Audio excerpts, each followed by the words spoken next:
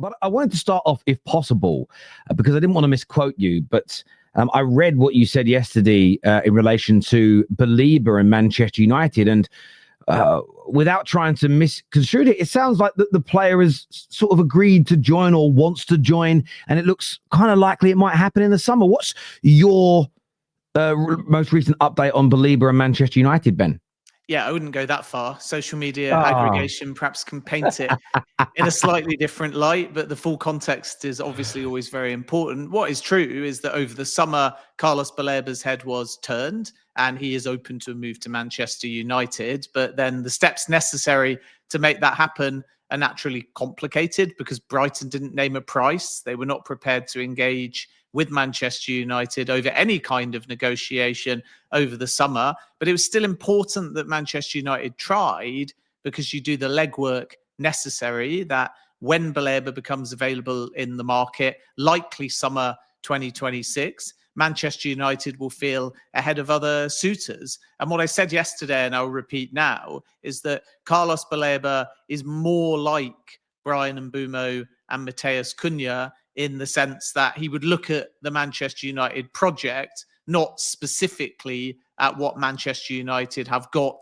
come the end of the season. So there's other players, Liam Delap, for example, over the summer, that just wanted to go and play Champions League football because he felt like this season was important for that due to the fact it's a strong chance of making the World Cup squad if you're in that kind of competition. So players will always have a slightly different perspective. Some that are younger might be more short-termist, but Baleba is looking to join a big club and he was sold on the Manchester United project, which means that if we get to the summer and lots of steps have to happen, like I say, but should Brighton engage and should Manchester United agree a price, and should that price not be astronomical and they think it's good value for money, then the convincing Baleba to join Manchester United will perhaps be the easier part. But of course, the irony is that if the price stays at a British transfer record, there might not be as many suitors. If the price drops and suddenly the player becomes available at value,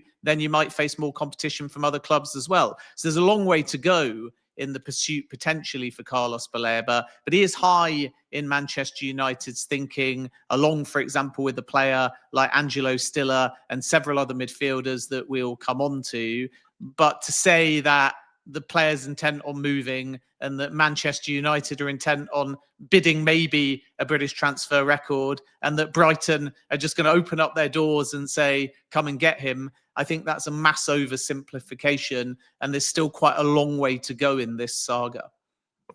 Yeah, which makes a lot of sense. I mean, I'm very excited. I read your comments yesterday. I didn't have the chance to watch the United stand.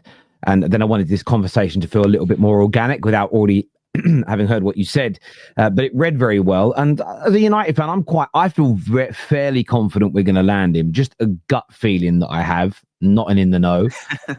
Just a gut feeling. I feel that we will. In terms of other midfield options, because we've heard, as you've mentioned, Stiller's name. There's Elliot Anderson, Wharton, but also João Gomez's name in the Wolverhampton one. João Gomez's name has come up in the past couple of weeks, and a lot of people suggesting that might be a more likely option this January.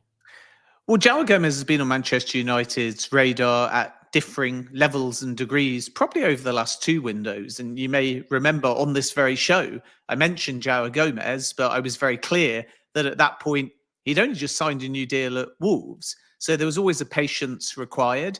Now it's a very interesting situation because if you're Rob Edwards, the new Wolves manager, you're going to go immediately to Jeff Sheehan, your board, and say there's two non-negotiables in January. One, Jurgen Strand-Larsen leaving, and two, João Gomez leaving, because both of those players are obviously very important to trying to keep Wolves in the Premier League. But from Wolves' perspective, it's kind of a complicated situation with each, because if they wait until the summer and they go down, then the price drops and you might need that money.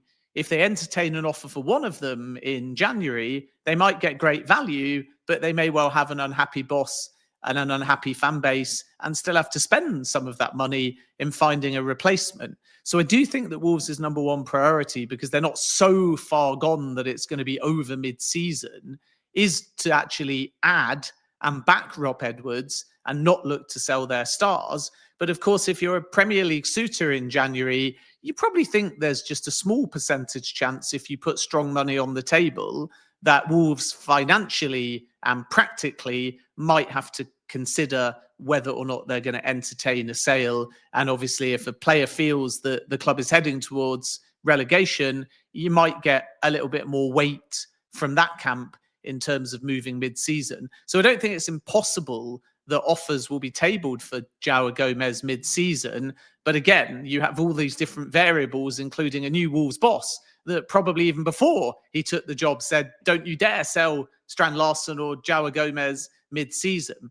And from Manchester United's perspective as well, as I've said many times, they have to work out, is one midfielder needed in January and another of the two minimum that I'm told they're going to sign going to come in the summer? Or if Casemiro's performing and Kobbie Mainoo stays and wants opportunities and Bruno Fernandes is playing deeper and Manuel Ugarte stays fit, if they're still on this kind of unbeaten run over the festive period, do they just stick rather than twist and then put all of their budget towards two summer signings? So I'll repeat what I said before. There's two names in particular that have been considered by Manchester United that are more feasible in January. One is potentially João Gomez, but caveated by what I've just said.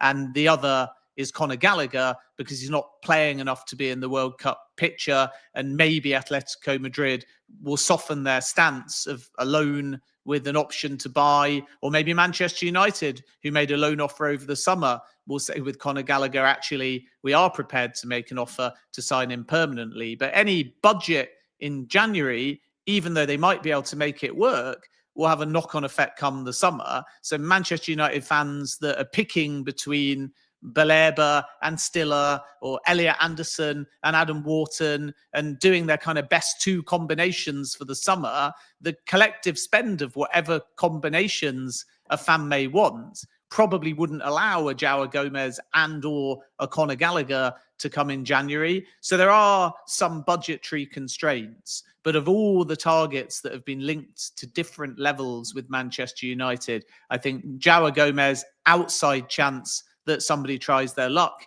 in January, and Conor Gallagher is also an attainable target. And the rest of them, I think, will more likely be speaking about in summer 2026. Yeah, which I think makes a lot of sense. And one thing I want Man United to do, and it does, I'm getting that sense and feeling, is if a market opportunity, as the colloquial term puts it, appears, for instance, a loan with an option to buy Gallagher, I get why they would do that. But what I don't want to do, or what I don't want to see Man United do, is spend budget on players that we see as, for want of a better word, inferior. So don't spend money on João Gomez and Gallagher and then not get Baleba and Wharton, or Baleba and Stiller, or Baleba and Anderson in the summer because you've spent money. From my perspective, I think the latter are better players and would make us a better team. So I want new players. I want Man United to improve. But sometimes cheap is expensive in the longer term. And I don't mean that to be rude about those other two players. They're very good players. But I want us buying our premium targets more regularly than just trying to fill holes, if that makes sense. And I'm speaking about it from a fan perspective. I don't mean it to sound disrespectful to any other player, but I'd rather wait for the summer for Anderson and Baleba as an example than buy anyone else now. But what I would say is that is a fan perspective, and it's kind of a compliment to Manchester United, even though it's only a mini run at the moment, that the mood now dictates people looking at that midfield and saying, we're in quite good form. The project seems to have turned a corner, and therefore everyone's looking at summer going, I want this player plus this player. Whereas maybe 12 months ago, if the same kind of players were mentioned, Manchester United fans would be saying, how are we going to afford them? And how are we going to beat off competition that are doing better than us? Whereas now, not much is being said of what if Manchester United lose a race for a particular player. And I think that's because the fan base is starting to think maybe by summer 2026, things with this football club are going to look a bit more positive. But of course, it would be surprising if Baleba, Elliot Anderson, Adam Wharton, Angelo Stiller all as expected, become topics of conversation and market opportunities in summer 2026 if there's not other suitors as well. At the moment, Angelo still has got a release clause, although Stuttgart do have the opportunity to pay 2 million euros and buy that out. But as long as there's a release clause and he's far cheaper than some of the other names, there's going to be multiple suitors, potentially from the Premier League and definitely from abroad, including La Liga. With Adam Wharton, he could sign a new deal before we even get to the point of speaking about summer 2026. Maybe it'll be like the Semenyo one, where he agrees to start the following season, but there's some kind of release clause in there. With Elliot Anderson, he's focused on playing in the World Cup, and we might not be speaking about his future until after it.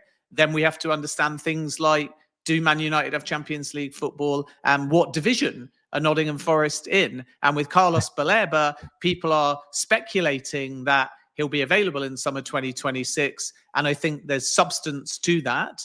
But by the same token, as of now, which is the only context that we've got, Brighton are not engaging with anyone and they're not naming a number. So nobody actually knows what the exact price will be for Carlos Baleba. So this is why when you mix and match, it's not pick and mix. And you have to understand that it will be complicated for Manchester United to necessarily get two giant targets, because you have to consider the competition and the outlay. And that's why they may turn around and go, if a Conor Gallagher, maybe not as popular with the fan base, was only available on a loan, and you could try before you buy, and then you don't have to commit, and then you could still potentially try and buy two midfielders in the summer because you might be sending Conor Gallagher back. That could be the kind of deal that doesn't break the bank and suits all parties. And this is why I think Manchester United are planning for the summer for their big midfield revamp, but they're certainly not discounting a midfield addition in January. I do get your point there. And I think that's something that I have my view on, waiting for our number one targets, but there is the other side of that coin, as you say, which is a bird in the hand is worth two in the bush. You wait and they go elsewhere, then you might be left with absolutely nothing. So listen, viewers, what do you want to see this January? Would you go for a João Gomez, or would you wait until the summer? Is the risk worth it? Do you think United will put it off? I'd love to get your thoughts on it.